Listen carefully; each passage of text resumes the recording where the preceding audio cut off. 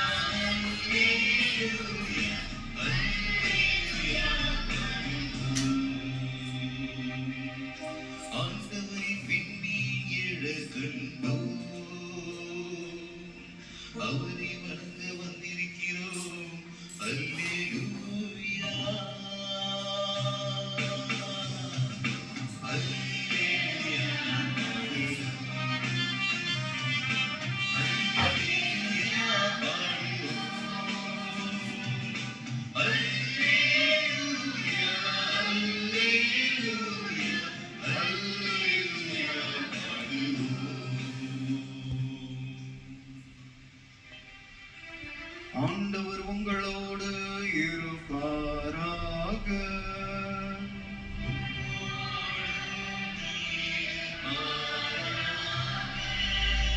புனித மத்தேயு எழுதிய நற்செய்தியிலிருந்து வாசகம்.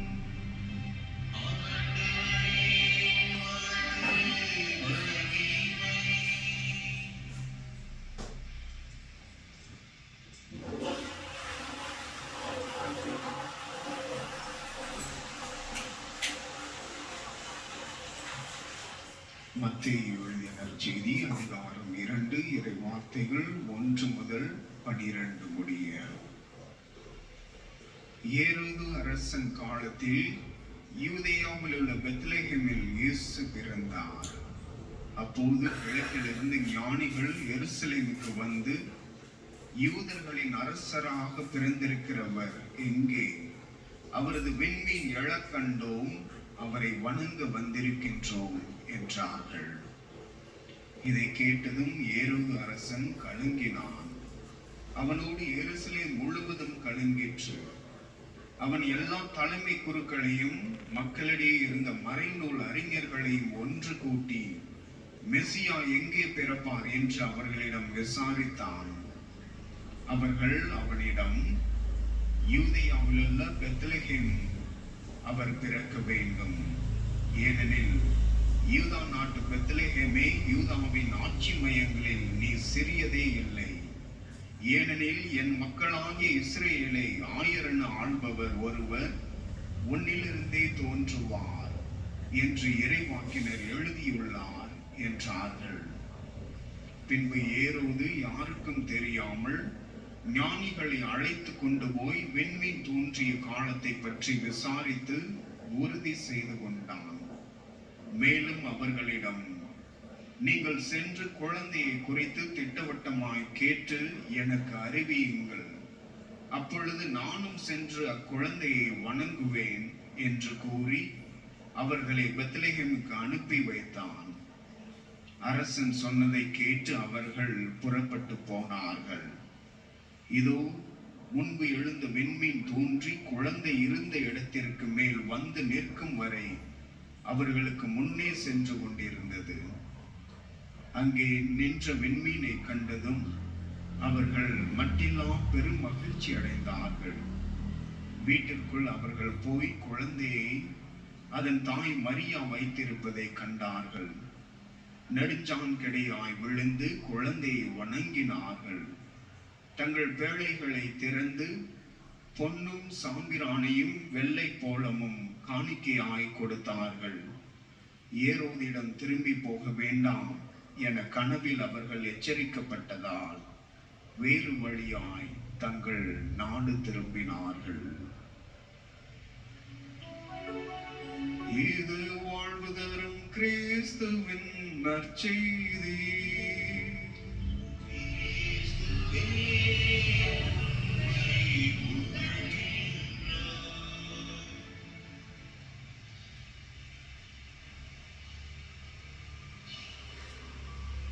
ஒரு கிராமத்திலே கடவுள் பக்தியும் பயமும் நிறைந்த ஒரு முனிவர் வாழ்ந்து கொண்டிருக்கிறார். ஆனால் அந்த முனிவருக்கு பல நாட்களாக மன வருத்தம், மன கஷ்டம். ஏனென்றால் அந்த கிராமமானது ஆன்மீகத்திலே முதிர்ந்த ஒரு கிராமமாக இருக்கிறது. அதாவது திருவிழா என்று வந்துவிட்டால் ஊரே ஒன்று கூடி அதை மிக சிறப்பாக நடத்தி முடிக்குமா? இருந்தாலும் அந்த ஊரில் உள்ள மக்களுக்கு தெய்வ பயம் கிடையாது, தெய்வ பக்தி கிடையாது. தங்களுடைய மனம் போன போக்கிலே வாழ்ந்து கொண்டிருக்கிறார்கள். இப்படி இருக்கிறாங்களே, ஏதாவது இவர்களுக்கு செய்யணுமே அப்படி என்று ஒரு நாள் திடீரென்று ஊர் பெரியவர்களை அழைத்து, நான் உங்களுக்கெல்லாம் ஒன்று சொல்ல விரும்புகிறேன். கடவுள் உங்ககிட்ட பேசணும்னு விரும்புறாரு. ஆகவே அடுத்த வாரத்துல ஞாயிற்றுக்கிழமை நீங்கெல்லாம் நம்ம ஊரு பக்கத்துல இருக்கிற மலையடி வாரத்துக்கு வந்தீங்கன்னா கடவுள் வருவாரு, அங்க வந்து நம்ம எல்லார்ட்டையும் பேச போறாரு அப்படின்னு இவர் எல்லார்ட்டையும் சொல்ற. என்னதான் தெய்வ பயம் இல்லைனாலும் சரி, பக்தி இல்லைனாலும் சரி, கடவுள் வந்து நம்ம கிட்ட பேச போறாரு அப்படின்ட்டு மக்கள் மிகவும் மகிழ்ச்சி அடைகிறார்கள், சந்தோஷப்படுகிறார். அவர் சொன்ன மாதிரியே அந்த நாள் வந்தது. ஞாயிற்றுக்கிழமை காலையில அதிகாலையில எல்லா மக்களும் அந்த மலையடிவாரத்திலே கூடியிருக்கிறார்கள்.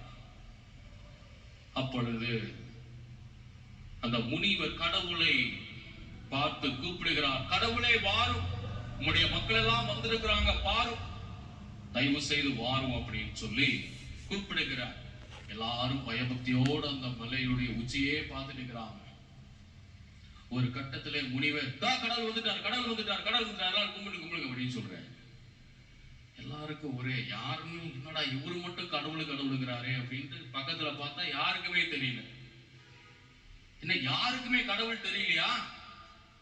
ஐயோ, அப்ப நீங்க எல்லாம் பாவிகளா இருக்கிறீங்களே, ஏன்னா நல்லவங்களுக்கு மட்டும்தான் கடவுள் தெரியவார் அப்படின்னு சொல்ற. உடனே ஆமா ஆமா கடவுள் தெரியறாரு. சில கூட்டங்கள் அப்படியே கும்பிட்டு போடுறாங்க. முனிவர் சிரிச்சுக்கிட்டார், இப்படி மாயா இருப்பீங்க அப்படின்ட்டு. இயேசுவிலே பிரியமான சகோதர சகோதரிகளை, ஆண்டவருடைய திருக்காட்சி பெருவிழா, ஆண்டவர் தம்மை வெளிப்படுத்துகின்ற ஒரு அருமையான விழாவை இன்று நாம் கொண்டாடி கொண்டிருக்கிறோம். பாத்தீங்கன்னா இன்றைய நற்செய்தியிலே 4 விதமான கேரக்டர்ஸ் மனிதர்களை பார்க்கலாம். ஒன்று ஞானிகள், ஆண்டவரை தாகத்தோடு ஏக்கத்தோடு ஆர்வத்தோடு தேடிய 3 ஞானிகளை நாம் பார்க்கிறோம். இரண்டாவதாக ஆணவத்திலும் அகங்காரத்திலும் தலை கணத்திலும் வாழ்ந்து கொண்டிருக்கின்ற ஒரு அரசனை பார்க்கிறோம். ஏரோது அரசன். தன்னை விட்டால் வேறு அரசன் இந்த பூமியிலே இருக்கக்கூடாது. அது எப்படி எனக்கு எதிராக ஒரு அரசன் பிறந்திருக்கிறான் என்று அந்த அரசனை தேடி கண்டுபிடித்து கொள்ளுகின்ற ஒரு சூழ்ச்சி வலையை இந்த ஏரோது அரசன் போட்டுக் கொண்டிருக்கிறார். ஏரோது. மூன்றாவதாக பெத்லகேம், யூதேயா நாட்டில் உள்ள மிக சிறிய இந்த நகரமான பெத்லகேமை பற்றி இந்த நற்செய்தியானது கூறுகிறது. நான்காவதாக பிரியமானவர்களே, ஞானிகளை வழிநடத்திய விண்மீன்.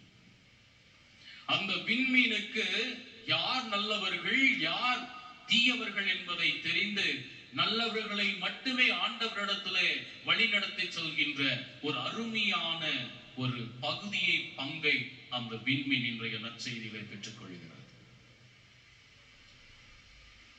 இன்றைய திருவழிபாட்டு வாசகங்கள், இன்றைய பெருவிழா நமக்கு 3 சிந்தனைகளை கொடுக்கிறது. முதலாவது, ஆண்டவர் இயேசுவில் தான் பிற இனத்தாருக்கான மீட்பானது அறிவிக்கப்படுகிறது, வெளிப்படுத்தப்படுகிறது. அதுக்கு முன்னால என்னாச்சு? ஆண்டவர் இயேசுவுக்கு முன்பா என்ன நடந்து கொண்டிருந்தது பிரியமானவர்களே? மனிதன் பாவத்திலே தவறுகிறான். தவறிய மனிதனை மீட்பதற்காக பலிகள் தேவைப்பட்டது, தகன பலிகள் தேவைப்பட்டது, தியாகங்கள் தேவைப்பட்டது. அதை யூத மக்கள் தன்னுடைய வாழ்க்கையிலே செய்தார்கள். பாவ பரிகாரத்திற்காக, மனம் திரும்புவதற்காக, சுத்தப்படுத்துவதற்காக என்று பல வழிகளை தன்னுடைய வாழ்க்கையிலே அவர்கள் மேற்கொண்டார்கள். ஆனால் அவர்களுக்கு அதிலே மீட்பு கிடைப்பதாக தெரியவில்லை. ஏனென்றால் எஸ்ஐயா இறைவாக்கின் வழியாக ஆண்டவராகிய கடவுள் சொல்லுகிறார், இந்த மக்கள் உதட்டினால் என்னை போற்றுகிறார்கள், ஆனால் அவருடைய இதயமோ வெகு தொலைவில் இருக்கிறது என்று அவருடைய வழிகளிலே ஆண்டவர் விருப்பப்படவில்லை. அவருடைய வழிகளை ஆண்டவர் ஏற்றுக்கொள்ளவில்லை. ஏனென்றால் அந்த வழிகளிலே பாசாங்கத்தனம் இருந்தது, அந்த வழிகளிலே வெறும் சடங்குதான் இருந்தது. உண்மையான உள்ளார்வத்தோடு யாருமே வழிகளை செலுத்தப்படும். ஆகவே அந்த வழி இறைவனுக்கு ஏற்படிய ஒரு வழியாக. அதே போல யூத சமுதாயத்திலே இறைவாக்கினர்கள் இருந்தார்கள். ஆண்டவராகிய கடவுளால் நியமிக்கப்பட்ட தீர்க்கதரிசிகள் இருந்தார்கள். அவர்களும் வழி ஒப்பு கொடுத்தார்கள். ஆனால் அந்த வழியும் யூத மக்களை மாற்றுவதாக தெரியவில்லை. இந்த வழியின் வழியாக அவர்கள் மனமாற்றத்தை பெறுவதாக